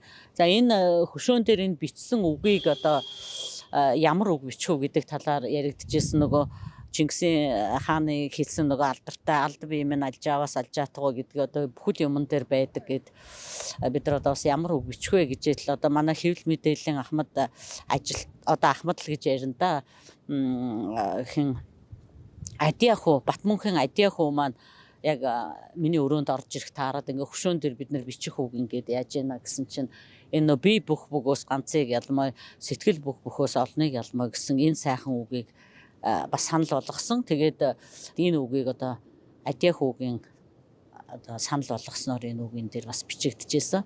За тэгээд энэ одоо 4-р сургуулийн зүүн талд бүр юм намаг шалбааг болсон газарт цэцэрлэг түрээлэн байгуулсан байгаа. Тэрийг Чингисийн цэцэрлэг түрээлэн гэж нэрлэж тэрэн дотор одоо Чингис хааныг 9 өрлөгтэй байгаагаар нэм ханан дээр дүрсэлсэн ийм цэцэрлэг түрээлэн хийж дотор нь олон мод суулгаж тарьж исэн. За энэ нь одоо тухайн жилийнхээ одоо шилдэг бүтээн байгуулалтаар бас шалгарч исэн. За тэгээ энэ аймгийн тамгын газрын үүдний талбай дээр одоо энэ буйр нь харагдаж байна. Усан ориглуур хийсэн. Энэ усан ориглуурууд бас хүүхэд залуучууд одоо энэ хотын иргэдийн амарт зугаалах бас ая тухтай байхад их сайхан одоо шинэлэг зүйл болж исэн. Тэрнээс хойш аймаг бас нэлээд олон ус оргил дуртай болсон. За одоо энэ хойтолд байгаа хуучин хүнсний үйлдвэрийн байрыг ашиглаад аймагуудаас анх удаа усан бассейныг бол хийжсэн. 25 м урттай 4 замтай юм усан бассейн байгуулж ирсэн. Тэгээд тухайн үедээ ажиллаж харамсалтай нь одоо түүнээс хойш энэ үйл ажиллагаа ингээд бас зогссон байгаа. За энэ юуны Сэцэн хааны зуны ордон гэж энэ одоо түүхийн дурсгалт улсын тусгай хамгаалалтанд байдаг энэ объект байгаа. Энийг бас ийм жижиг хайсан хашаатай байсныг нь тийм хэрмэн хашаа хийж исэн. Тэр хэрмэн хашаа бас ийм сүрлэг их сайхан ийм хашаа байсан. Тэгээд сая бас энийг өөрчлөөд одоо талбайг ингээд засаж тогтчулсан байна лээ. За тэгээд энэ юун дотор Чингис хааны ордон музейн дотор аймгийн ёслол хүндэтгэлийн өргөө гэж сайхан өргөө одоо бүрэн сэлбэртэй ийм том гэр хийжсэн. За тэгээ энэ юуг ёслол хүндэтгэлийн өргөөг аймгийн тамгын газрын энэ зүүн талын хашаанд шилжүүлж байршуулсан. За энэ байршуулсны дараа тэр үед би улсын бүртгэлийг хэлцээний дараагаар ажиллаж ирсэн. Тэгээ энд бас бид нар залуу гэр бүлүүдийг, шинэ гэр бүлүүдийг одоо гэрлэлтийг бүртгэх ийм үйл ажиллагаа явуулж ирсэн. Тэгээ таныг гавьяаныхаа амралтанд гарсан гэж дуулсан. За тэгээд сүүлийн үед бас нэлээд бас өндөр албан тушаалд очсон, сураг дуулсан. Энэ ажил албаа бас манай үзэгчдэд ярьж өгөөч. За би ч одоо 8 жилийн өмнө одоо чөлөөт иргэн болсон. Одоо гэртээ одоо өөрийнхөө дуртай ажлыг хийгээл байж байна. За саяын томилогдсон ажил албан тушаал бол бас их чухал ажил томилогдсон байгаа. За энийг яг би одоо фэйсбүүкээр нүүр номороо бас хүмүүст тийм хошин байдлаар яг хэлсэн юм л та. Тэгээ би чинь 5 зээтэй манах. Тэгээ өмнөх одоо 4 зээгээ би бас харж аав ээжтэй тусалж чадж байгаагүй л дээ. Тухайд би бас ажилтаа байсан учраас тэгээ одоо яалтчгүй одоо энэ отхон зээг харах ажил надад ирсэн, ээж нь ажилд орхолоод тэгээ яг зүгээр хошин байдлаар би нэг даргын туслах боллоо гэд битсэн чи одоо ч бас нэг юм томилгоо явж байгаа цаг үе байгаа шүү дээ. Тэгээ хүмүүс зарим нь тэгж ойлгосон юм шиг байгаа юм. Тэгээд одоо тэр манаас нэлээд газар аваад одоо уцаар ярьж байгаа хүмүүс, уулзж байгаа хүмүүс за шинэ ажилд орсон гэсэн ажил төрөл гайгүй юу? Танаа дарга сайн уу, майн уу? Тэр манай дарга ер нь нэлээд олонтой байх шиг байна. Тэгээ саяхан хэд хоногийн өмнө миний төрсөн өдөр болсон. Төрсөн өдрийн мэдчилгээний дунд, бэлгэн дунд даргын бэлэг энтер дагалдаад одоо нэр төртөө хүний туслах хийх бас их сайхан юм байна. Тэгэл байж гэн одоо. Яг ер нь бол одоо тэтгэврт гарна гэдэг бол хүн болгон янз бүрээр л хүлээж авдаг юм шиг байлээ л дээ. Миний хувьд бол би маш их баяртай дуртай хүлээж авсан. Яагаад тэгэхээр би бас эмч хүн гэдэг чинь одоо сэтгэл зүйч, сэтгэл засалч, сэтгэл судлаач ийм хүмүүс байдаг шүү дээ, тийм учраас бас хүмүүсийн энэ одоо тийм таагүй мэдрэмж төрдөг гэж хүмүүс бас их ярьдаг байсан болохоор би өөрийгөө ер нь жил гаруй хугацаанд бол сайн бэлдсэн. Тэгээд бас одоо хувь хүний хөгжлийг дэмжиж чиглэсэн хүний хөгжил манлайлалын академи гэх төрийн бас байгууллага байгуулад тэргээрээ тэтгэврт гарахаас өмнө бас сургалтаа энэ ажил хийх, судалгаа хийх, бас нэг жижигхэн ном гаргах энэ төр гэх тийм ажлууд хийгээд тэгээ яг хөө тэр ажлаас чөлөөлөгдөхдөө тэр одоо шинэ ажилд очиж байгаа юм шиг ийм байдлаар гарсан байгаа. Тэгээ ер нь бол одоо би 32 жил ажиллаад тэтгэврт гарсан шүү дээ. Тэгээ одоо нөгөө хийх ажлаа хийсэн гэж хүмүүс ярьдаг шүү дээ. Тэрнтэй адилхан одоо ажил төрлөө хийчээд тэгээ цаа талд нь одоо ингээд бас дуртай юм хийх боломжтой, биеийн эрүүл мэндийн хувьд, амьдралын хувьд ийм бололцоотой ийм цаг хугацааг үзэж гин гэдэг бол үнэхээр сайхан байгаа. Би өглөө болгоно л босохдоо баярлалдаг шүү дээ. Тэгээ ийм сайхан аз жаргалтай одоо ингээл сайхан тэтгэврээ авчаад явъя гэсэн газраа яваад хий гэсэн юмаа хийгээд уулзъя гэсэн хүнтэйгээ уулзаад ингээ байж байгаа. Үнэхээр сайхан байгаа. Энэ одоо миний ажлын бас одоо өдрийг өнгөрүүлдэг гол газрын маань нэг л дээ. Тэгээд энэ дээр одоо хийсэн юм бол зөндөө байна өө. Тэгээ хэрэгтэй хэрэггүй ч гэх юм одоо би өөртөө л одоо хэрэгтэй гэж бодоод хийсэн юмнууд байгаа. Тэгээд хийжсэн юмнууд маань хизээ нэгэн цагт ямар нэгэн юм заавал хэрэгэл болтгийн. Таны одоо хийсэн номнууд бас байгаа шүү дээ. Бараг 4-5 ном байгаах. Тийм ээ, номоо танилцуулж байна. За түрүүн би бас дурдж хэлжсэн та одоо миний зохиосон юм гэж бол байхгүй шүү дээ. Цоо шин юм гэж байхгүй. Хамгийн анх энэ 2009 онд би эрүүл мэндэд тусдаа зөвлөгөө гээд хүмүүст одоо бас л нөгөө эрүүл зөв хооллолт хөдөлгөөн одоо бие яаж хэрхэн одоо цэвэрлэх үү бие махбодоо яаж цэвэрлэх вэ гэдэг юм уу гих талаар бичсэн юм иргэдэд зориулсан гарын авлага гэдэг юм жижигхэн юм нэмэх ном гаргаж ирсэн. За дараа нь энэ 2012 онд энэ эрүүл зан үйлийг төлөвшүүлээгээд эрүүл мэндийг дэмжигч сайн дурын идэвхтнүүдэд зориулсан би нэг төсөл бичсэн. Эрүүл мэндийн хөгжлийн үндэсний төвийн одоо нийгмийн эрүүл мэндийг одоо дэмжих хөтөлбөрийн хүрээнд нэг төсөл бичээд тэр төслийнхөө дагуу энэ эрүүл мэндийг дэмжих сайн дурын идэвхтнүүдийн гарын авлага гэдэг юм. Мөн л одоо эрүүл зөв хооллолт хөдөлгөөн одоо сэтгэл санааны эрүүл мэнд гэсэн юм чиглэлээр бичижсэн. Нөгөө би хүний хөгжил манлайлалын академи төрийн бас байгууллага байгуулсан гэдээс тэрнийхээ хүрээнд бас л нөгөө хамгийн түрүүнд одоо өөрчлөгдөх ёстой өөрчлөлт нь бид нар өөрсдөө байх ёстой гэж Махатма Ганди хэлсэн байдгийн билээ л дээ. Тэгэхээр бид нар өөрийгөө удирдах ялан дийлж өөрийгөө өөрчлөхгүйгээр одоо тэр наад жаргалтай амьдрал амжилтанд хүрнэ гэж ер нь бол байхгүй. Тэгэхээр энэ миний өөрчлөлтийн түүх гэдэг нь болохоор насанд хүрэгчдэд зориулсан. Миний найз Мина гэдэг нь болохоор өсвөр үеийнхэнд зориулсан. Яг өөрийгөө удирдах, хянаж одоо би зөв тийшээгээ явж гэнэ үү, буруу тийшээгээ явж гэнэ үү гэдгийг ингээд өөрөө хянах зориулсан юм дотроо юм удирдамжтай дэвтэр байгаа. Энийг гаргасан. Тэгээд энэ 14 онд энэ хан хинтийн бүсгүүчүүд гэдэг энэ нэг номыг бас хүмүүстэй хамтарч санаачилж гаргасан байгаа. Тэгээд энэ дээр одоо аймгийн 90 жил болж байгаатай холбогдуулаад 90 эмэгтэйн намтар дүүхийг оруулъя гээд. Тэгээд манай аймаг орон нутгаас нутгийн тэгээд одоо орон нутгата тогтвор суурьшилтай ажиллаж байгаа бусдад үлгэр дуурайл болохоор ийм хүмүүсийн намтар дүүхийг хүн одоо энэ бодит хүний намтар дүүхийг уншихад бүгдийн даган дуур авахгүй бүх хүн адилхан байх алавгүй ч гэлээ гэсэн нэг хүнээс нэг сайн юм аваад байх юм бол одоо 90 сайн юмтай болно л гэсэн үг штэ ер нь бол тэгээ энэ хүмүүсийн намтар дүүхийг багтаасан нэг юм ном гаргаж ирсэн. За 2017 онд энэ нэг аз жаргалын үддийг нэх 9 хээ түлхүүр гээд ийм ном гаргасан. Энэ бол одоо яг одоо бас л хүн яаж ерөөсө хүн бүхэн л аз жаргалтай сайн сайхан амьдрах юмсан гэж байгаа шүү дээ. Тэгээ аз жаргалд хүрэх нууц, аз жаргалын нууц энэ төр гэл хүмүүс их бичдэг шүү дээ. Тэгээ нууц одоо гэх юу ах вэ? Яаж аз жаргалд хүрэх үү гэдгийг л одоо энэ дээр яасан. Тэгээ яагаад 9 хээ гэсэн бэ гэхээр энэ одоо бас цоожны нөхөө байгаамаа. За одоо түлхүүрийн тааруулаад энэ дотор аз жаргал гэж бичсэн. Түлхүүрийн тааруулж л одоо яах ёстой гэдэг санаа байгаа байхгүй. Тэгээ эн чинь 9 хээ гэдгийнх нь учир болохоор нэгдүгээрт хайр гэж байгаа юм. Хүн чинь хайрын бүтээл шүү дээ, тийм ээ. Хайраас л одоо бид нар бий болж байгаа. Тэгээ хайр гэдэг чинь зөвхөн одоо ингээд хоёр хүний хайр, аав ээжийн хайр гэхээсээ ингээд их орноо, газар шороогоо, улс орноо, эхлэхийгээ хайрдаг хайр гээл бүхэл хайр багтана л да. Тэгээ бид нар одоо хайрын үр болж одоо ихэнх хөвлөд бүрлдсэн цагаасаа бид нар хооллож эхэлдэг шүү дээ, тийм. Тэгэхээр тэр хооллолтын тухай байгаа. Дараа нь мөн ихэнх хөвлөд байхасаа бид нар хөдөлгөөнд орж эхэлдэг.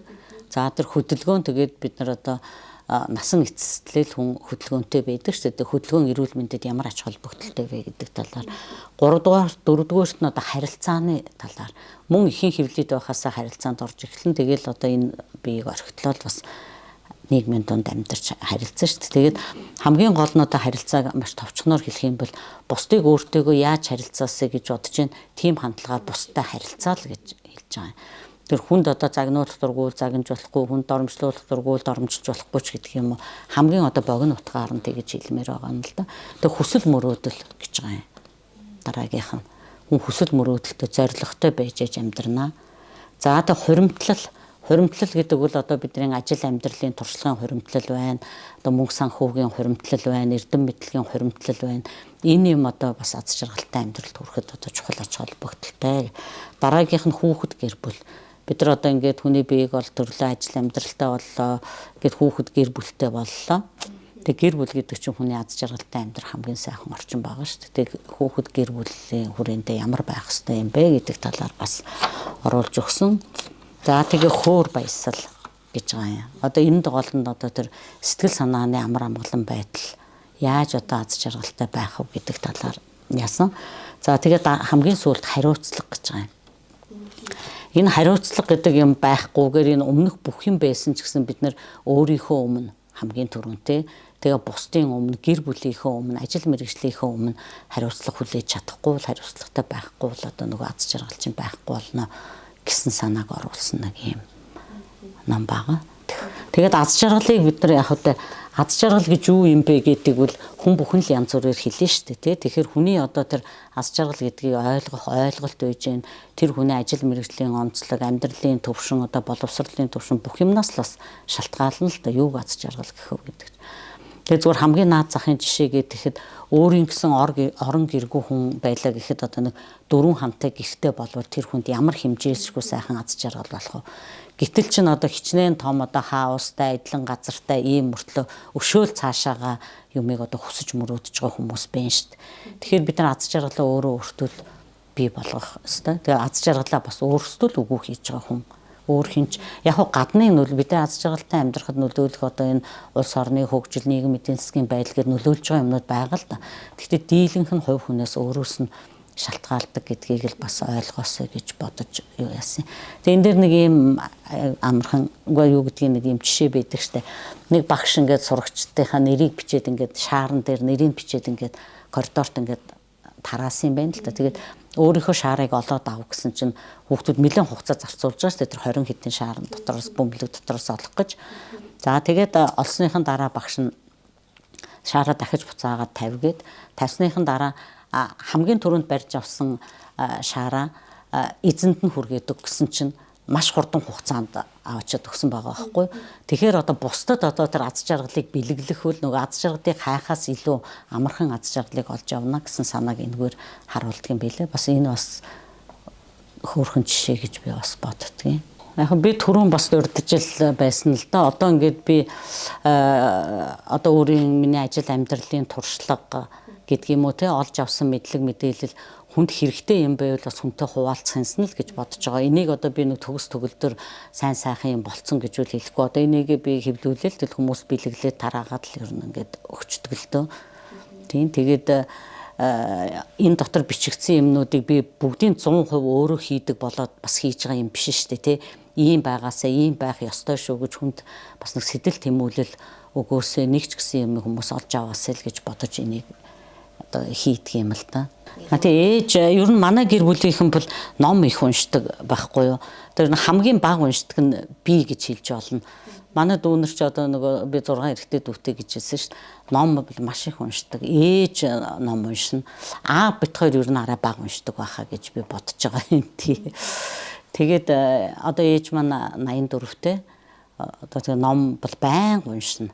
Ерөөсөө тэгэл нэг ном дуусаад дараагийн ном одоо ээж минь над номоо жоохон завсарлахгүй л ядарлаа л гэж хэлвэл. Тэгээ ээжийн маань бас нэг гол онцлог юм гэвэл 1962 онд аавтай маань гэр бүл болсон. Тэгээд гэр бүл болоход нь багш байсан учраас багш нар нэг юм тэмдэглэлийн дэвтэр дурсгасан юм байлээ. Тэрэн дээр анх ингээл одоо тэр багш нар одоо бит хоёрын гэрэлтийн цайлганд ирлээ ингээд энэ дэвтрийг дурсгалаа гэж эхлээл тэгэл тэрнээс хойш амьдрал тохиолдсон баяр жаргалтай бүх зүйлээ бичиж тэмдэглэдэг. Тэгэл одоо сүүл тийшээгээ болоод ирэхээр чи одоо жишээлбэл цагаан сараар зочид хин ирсэн хідэн хүн ирсэн ч гэдэг юм уу. За үр хүүхдүүдийнхээ өгсөн одоо мөнгө төгрөгийг тэмдэглэгч байдаг юм уу. Эсвэл одоо тэгээд хүнд өгсөн ном одоо ямар нэг юм хүнд өгнө шүү дээ. Тэрийг бичинч гэдэг юм уу. Тэгэл ач зээнэрийнхээ хөхтэй явдлуудаас ч гэдэг юм уу сайхан дурсамжтай юмнуудыг үр хүүхдүүдийнхээ бага насныхын тухай гээд одоо өдөр тутам тэмдэглэдэг 10 гаруй дэвтэр байгаа юм цуцаан. Манай зарим бэрүүд ирж уншаад өөрийнхөө нөхрийг тэрний талаар юу гэж гин энэний талаар юу гэж гин гэл ингээл түүж уншиж явах жишээний жишээлбэл тийм. Гэр бүлтэй их тийм сонин содон зүйл шүү дээ. Тий, тэгээ энэ бол үнэхээр одоо бидний амьдралын яг гол түүхүүл тэр дотор явж байгаа байхгүй. Тэгээд бид нэр тэрийг нь ч бас өөрхий бүрэн гүйцэд уншиж ээжигээ одоо баярлуулж чадахгүй л байгаа. Одоо гэхдээ энэ бол одоо биднэрт үлдэх хамгийн одоо нандан одоо тийм үнэтэй зүйл бол тэр л болно гэж би боддгийн.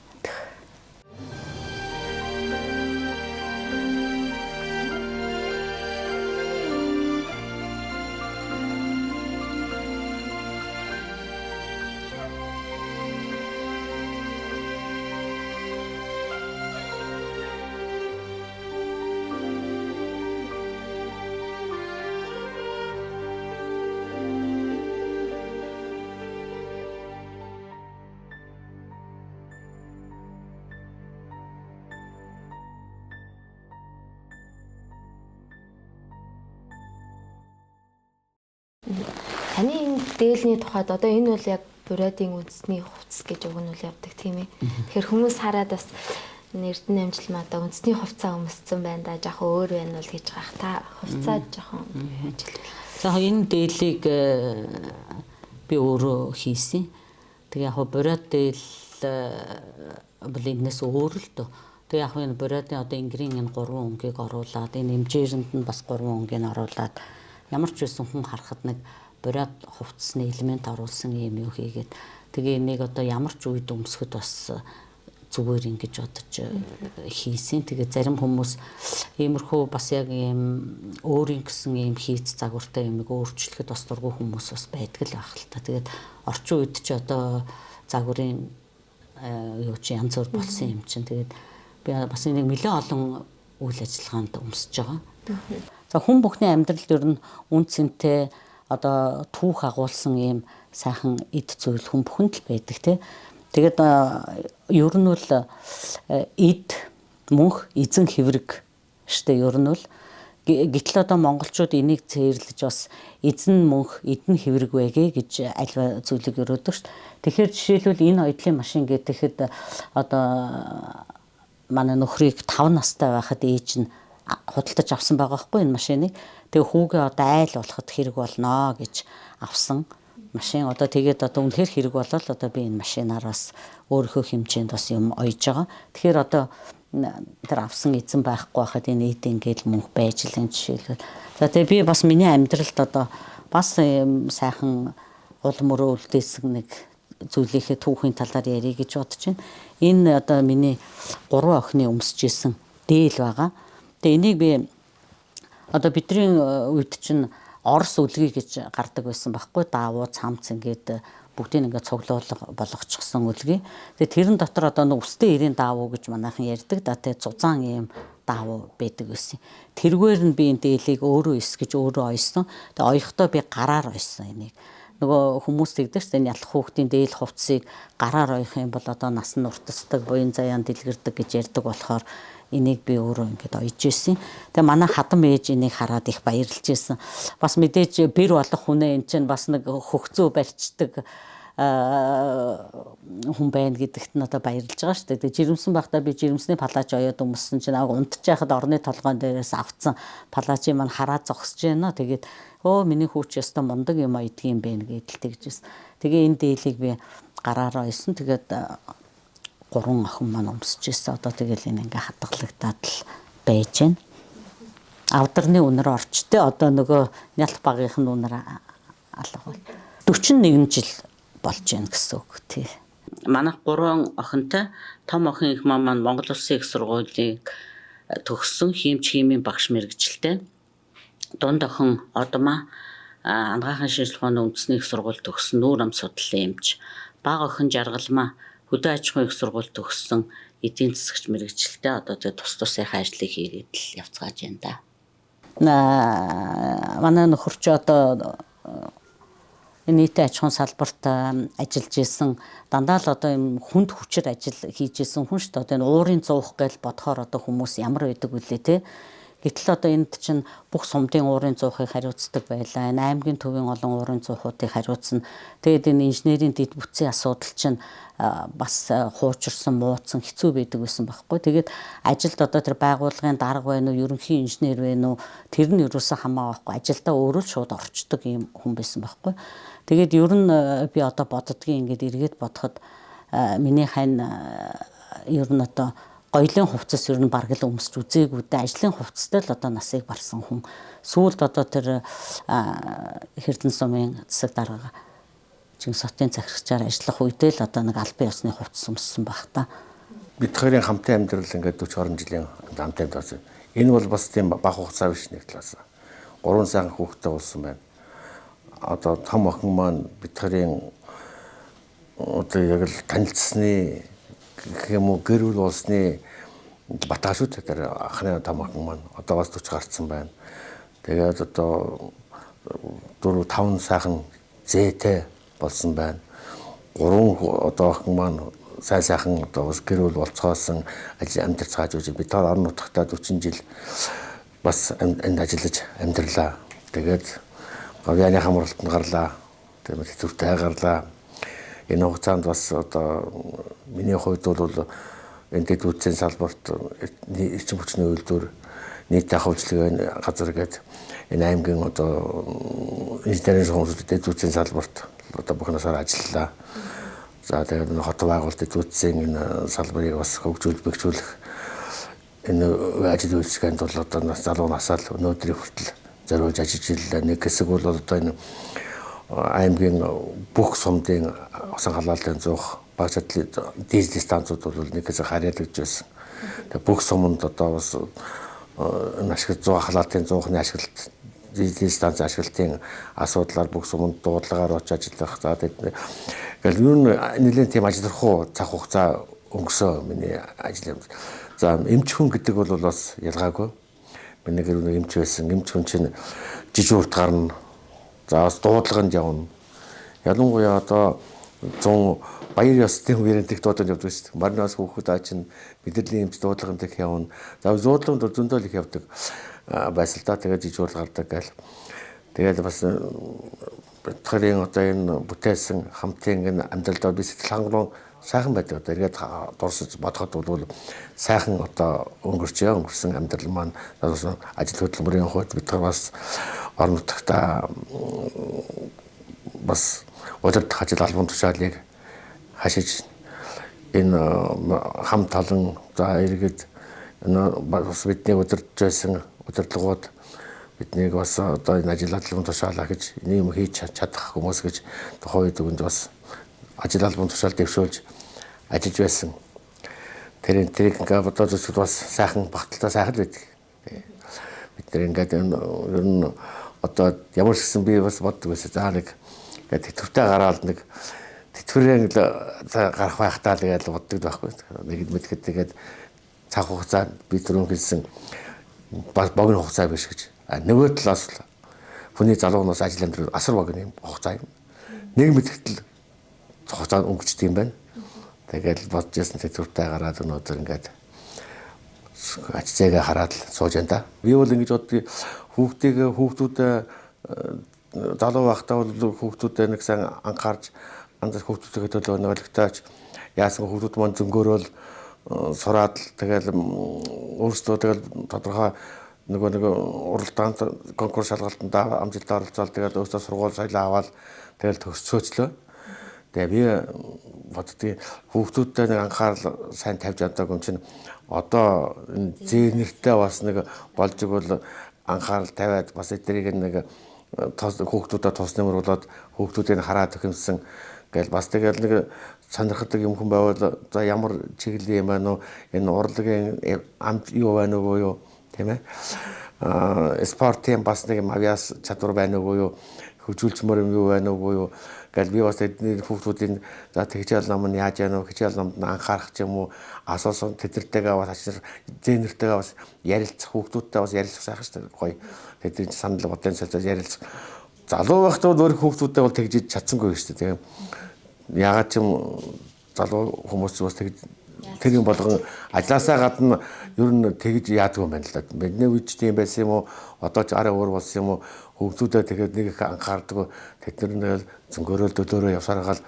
зөвхөн тийм л байсан юм шиг байгаамаа би ч нэ өөрийнхөө үеийн книгаж харж байхад гэсэн нэг айхтар хүүхдүүдтэйгээ ажиллаад анзааруулаад байсныг би бас сайн нэг анзаарах бидний нэг тиймэрхүү өнгөрсөн да гоо яг уу битгэл ингэж байсан намжаач бас их мундаг сургалттай хүүхд байсан шүү дээ манай ангийн дарга байсан хичээлдээ их сайн онц сурдаг хүүхд байсан. За тэгээд анхны дээд сургуульд бас их сайн онц төгссөн шүү дээ. Сайн гонц төгсгөний зүгээр ер нь их сайн сурлагатай хүүхэд байсан. Тэрний хажуугаар бас их юу шүү дээ. Илүү дотоо одоо зан ааш байхгүй тийм төлгөөхөн ааштай тийм хүн шүү дээ. Ер нь бол хүүхэд байхад одоо нэг тийм хүн байсан. Одоо ч тэгээд нэг тийм юугүй нэг сүсар хийгээд наан байхгүй тийм одоо юу гэдэг нь томоотой гэж хэлдэг нөгөө бидний үеийн чинь үеийн хэлдэг нэг тиймэрхүү тийм бүсгүй шүү дээ. За би энэ бас амьдралдаа миний талархах талархаж явдаг зүйлүүдийн гол нэг юм нь бол одоо надад миний энэ амьдралд учирсан хүн бүхэн надад маш тийм одоо сайхан хүмүүсийн дунд хүрээлэл дунд би амьдарсан гэж өөрөөрөө бахархаж явдаг. Хань ижлийн хувьд тэр ах トゥ хамаатан садан дүүнэр одоо аав ээж хамтран ажиллаж исэн бүхэл одоо цаг үе цуг ажиллаж исэн хүмүүс маань надад үнэхээр сайхан сэтгэлээр ханддаг. Дандаа намайг дэмждэг, дандаа намайг урамшуулдаг, намайг дандаа ойлгодог ийм хүмүүс байсны хүчин төлөө би үдий зэрэгтэй явж байгаа гэж боддог. Амьдралынхаа 47 жилийг нь Өндөр хаан Чингис хоттой өнгөрүүлж байна. Тэгээ энд миний амьдралын бүхэл сайхан дурсамжтай үе одоо энэ хоттой холбоотой байдаг.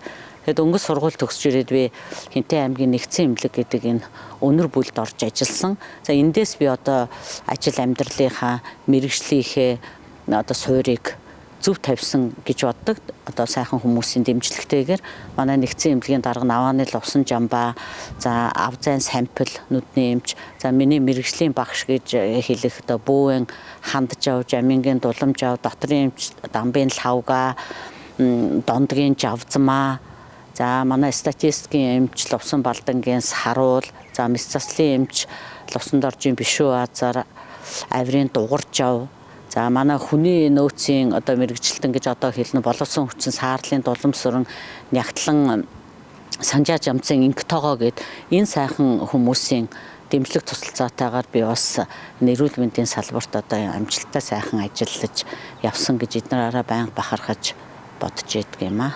За мөн Монгол Улсын гавьяат эмч Жамлын Батхуйг эмчтэйгээ эмч улсын цагаас хамтран ажиллаж олон сайхан дурсамж түүхийг хамтдаа бүтээж үлгэр дуурайл авч явд юм аа. Амьдралын хуудас гэдэг энэ сайхан нэвтрүүлэгт урьж оролцуулсанд баярлалаа. Тэг үнэхээр бас энэ нэвтрүүлгийн хугацаанд өөрийнхөө туулж өнгөрүүлсэн амьдралын хуудсуудыг одоо дахин нэг эргүүлэх ийм боломж олгосон нь одоо сайхан санагдлаа. Тэгээ мэдээж хүний амьдралын хуудас эргэсээр нэг өдөр л одоо төгсгөл болно шүү дээ ер нь үл тий. Тэгээ одоо энийг бодоод ер нь хүний амьдралыг бодоод би бас нэг хідэн мөрт битсэн тэрийгээ бас ингээд бодох их дуртай байдгийн. Тэгээ энэ амьдралд би одоо бас тийм хитээцсэн их зовлон үүрсэнгүү хүний л туулдаг одоо жаргал зовлонтой сайхан амьдэрсэн. Хүний амьдралыг бодоод би бас нэг хідэн мөрт битсэн одоо тэрийгээ бас эргэж би бодох дуртай байд юм аа. Он цагийн салхи хэдий зөөлөн илвсэн ч охин хонгор цуснд минь амьдралын харгууг зурж гинэн залуу насыг минь тэртээ алсаад ирээд гил хархан гизгэнд минь цагаан өд унагчээ. Он цагийн салхи хэдий зөөлөн үлэвч очихл тэр газар руу алгуурхан дөхөөлн он цагийн салхи гинт ширүүсгүй аваас одоогоор би тийш яараагүй л байна.